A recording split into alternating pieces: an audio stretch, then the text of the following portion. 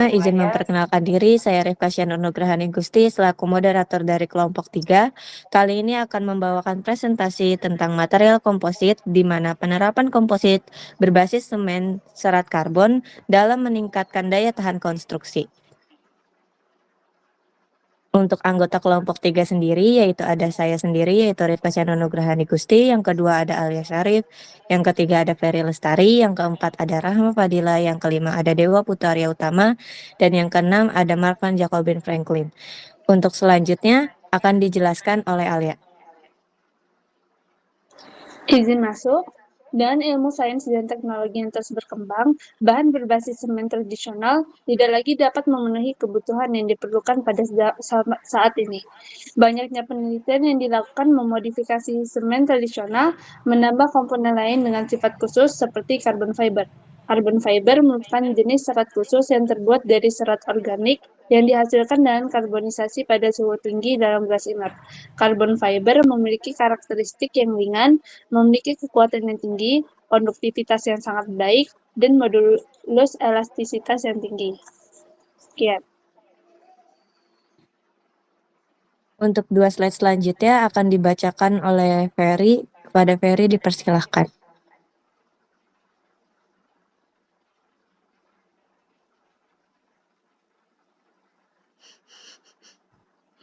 Komposit adalah material dengan 2 atau lebih konstituen atau fase yang berbeda yang memiliki sifat fisik atau kimia yang berbeda yang dibangun menjadi arsitektur kompleks pada tingkat skala mikro, meso, dan makro.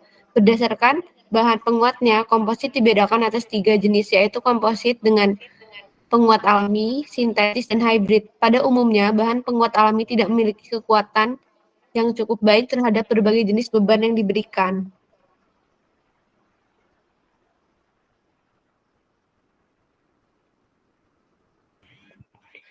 Material komposit terbuat dari bahan dasar semen dengan penambahan serat karbon atau bahan modifikasinya.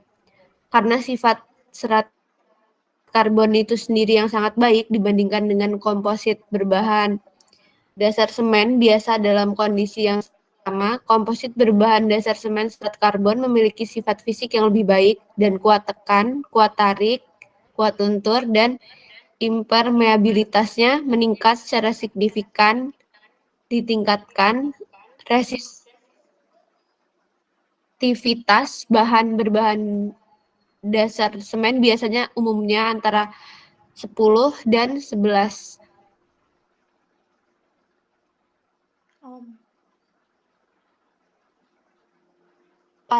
Yang pada dasarnya non-konduktif. Untuk berikutnya akan dijelaskan oleh Rahma. Baik, terima kasih. Komposit juga memiliki beberapa kekurangan, antara lain yang pertama yaitu tidak tahan terhadap beban shock atau kejut dan crash atau tabrak jika dibandingkan dengan metal. Yang kedua yaitu kurang elastis dan yang ketiga lebih sulit dibentuk secara plastis. Untuk 2 slide selanjutnya akan dibacakan oleh Mark. Pengaplikasian. Komposit berbahan dasar semen serat karbon tidak hanya merupakan bahan penahan struktur bangunan, tetapi juga bahan struktur cerdas, yang dapat diterapkan pada bidang lain seperti pengujian tak rusak pada struktur besar berbahan semen seperti jalan, jembatan, gedung, dan sebagainya. Pelindung elektromagnetik pada peralatan dan instrumen besar seperti laboratorium dan lembaga penelitian, dan pencairan salju dan pencairan es pada cuaca dingin di jalan raya dan bandara. Penambahan serat cincang dapat meningkatkan kekuatan tarik, kekuatan retak, dan kekuatan lelah bahan mortar semen sehingga memiliki sifat mekanik yang sangat baik. Berbagai serat cincang ditambahkan ke dalam bahan mortar semen untuk meningkatkan sifat mekanik bahan berbahan dasar semen. Metode penambahan serat cincang ini memiliki sejarah perkembangan yang panjang. Hasil eksperimen. Yang pertama, hasil percobaan menunjukkan modulus elastisitas sampai CFRC dengan persentase volume serat karbon sebesar 0,6% merupakan yang terbesar. Yang kedua, ketika kandungan serat karbon meningkat dalam rentang tertentu, maka modulus elastisitas sampel CFRC juga akan meningkat.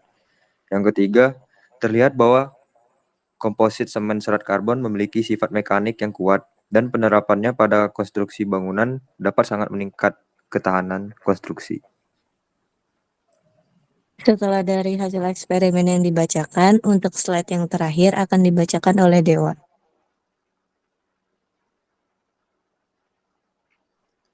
Jadi kesimpulannya, pada penelitian ini material komposit semen serat karbon diusulkan dan sifat mekaniknya dianalisis untuk dimasukkan ke dalam konstruksi dan meningkatkan ketahanan konstruksi. Hasil percobaan menunjukkan modulus elastisitas sampel CVRC dengan persentase volume serat karbon sebesar 0,6% merupakan yang terbesar. Ketika kandungan serat karbon meningkat dalam rentang tertentu, maka modulus elastisitas sampel CVRC juga akan meningkat. Terlihat bahwa komposit semen serat karbon memiliki sifat mekanik yang kuat, dan penerapannya pada konstruksi bangunan dapat sangat meningkatkan ketahanan konstruksi.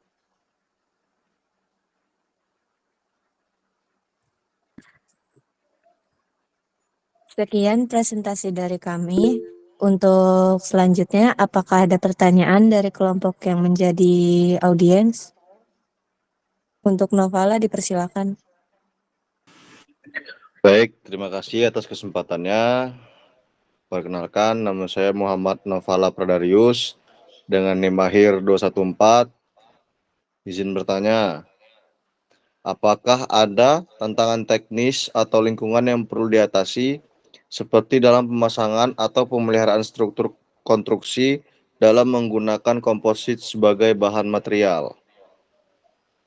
Sekian pertanyaan dari saya, terima kasih. Baik, terima kasih. Untuk selanjutnya kepada Samsul dipersilakan. Izin memperkenalkan diri, nama saya Samsul Singgih Dwiantoro, NIM akhir 207 dari kelompok 5.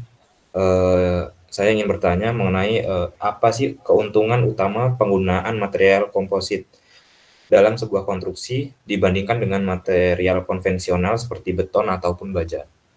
Cukup. Baik, untuk pertanyaannya sudah kami catat, izin untuk mencari jawabannya.